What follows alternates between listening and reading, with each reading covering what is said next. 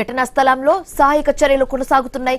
అర్ధరాత్రి ప్రాంతంలో ఈ ఘటన చోటు చేసుకున్నట్లుగా తెలుస్తుంది.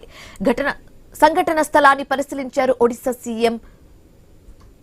ఇన్సిడెంట్ పై విచారణ వ్యక్తం చేశారు. చికిత్స పొందుతున్న బాధితులను పరామర్శించారు. మృతుల కుటుంబాలకు 25 లక్షల రూపాయలు ఎక్స్గ్రేషియా ప్రకటించారు. క్షతగాత్రులకు మెరుగైన వైద్యం అందించాలని ఆదేశించారు సీఎం. ఘటనపై జ్యుడిషియల్ విచారణకు ఆదేశించారు ఆయన. అయితే షార్ట్ సర్క్యూట్ వల్లే ప్రమాదం జరిగినట్లుగా అధికారులు భావిస్తున్నారు.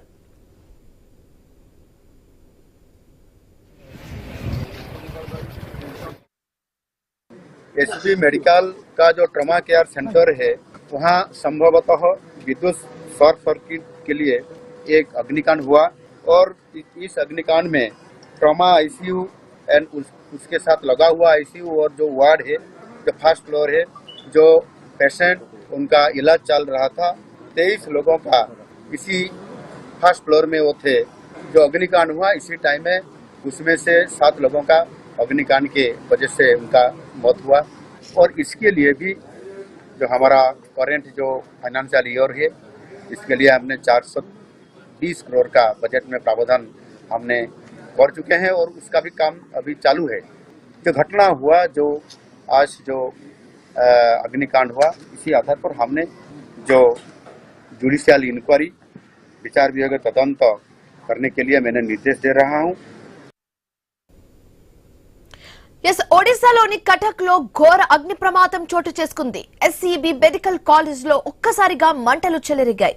దీంతో 10 మంది మృతి చెందారు, పలువురికి తీవ్ర గాయాలయ్యాయి.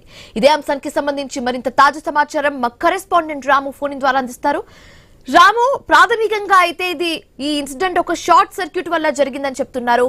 అయితే అక్కడ స్థానికులు ఏం చెప్తున్నారు, పోలీస్ అధికారులు ఏం చెప్తున్నారు, ఇప్పుడు ఎవరైతే క్షతగాత్రులు ఉన్నారో వాళ్ళ పరిస్థితి ఏ విధంగా ఉంది, పూర్తి డీటెయిల్స్ ఏంటి?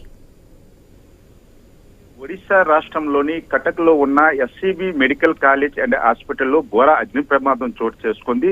ఈ రోజు తెల్లవారుజామున సుమారు 2:30 గంటల సమయంలో ట్రామా కేర్ ఐసీయూలో మంటలు చెలరేగాయి.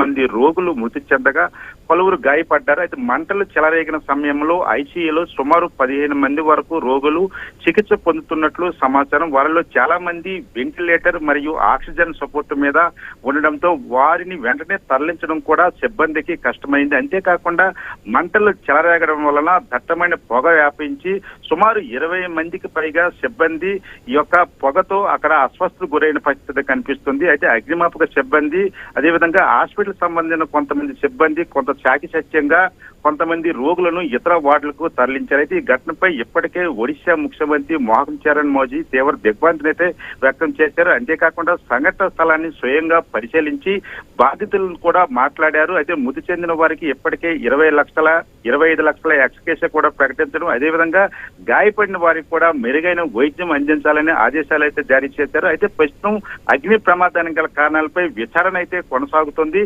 షార్ట్ సర్క్యూట్ కారణంగానే మంటలు చెలరేగి ఉండవచ్చు అనుమానం కూడా వ్యక్తమవుతుంది. అంతేకాకుండా అధికారికంగా దర్యాప్తు కొనసాగుతుంది. మృతుల సంఖ్య ఇంకా కూడా పెరిగే అవకాశం కూడా ఉందని మాత్రం అక్కడ వైద్య సిబ్బంది చెప్తున్న పరిస్థితి కనిపిస్తుంది. అయితే ఈ నేపథ్యంలో అసలు వాస్తవంగా ఈ యొక్క దుర్ఘటన గల కారణాలపై కొంచెం స్టేట్ గవర్నమెంట్ అయితే కొంచెం సీరియస్ వ్యక్తం చేస్తుంది. ఎందుకంటే హాస్పిటల్ అది కూడా ఐసీయూ లాంటి ఒక సెన్సిటివ్ ప్రాంతంలో ఎందుకు ఈ షార్ట్ సర్క్యూట్ జరిగింది, దీనిపై అక్కడ ఉన్న కాంట్రాక్టర్ ఎవరున్నారు, ఈ ఎలక్ట్రికల్ సంబంధించి మెయింటెనెన్స్ ఎవరు చూసుకుంటున్నారు, దీనిపై అయితే పూర్తి విచారణ అయితే ప్రస్తుతం కొనసాగుతుంది శివాని.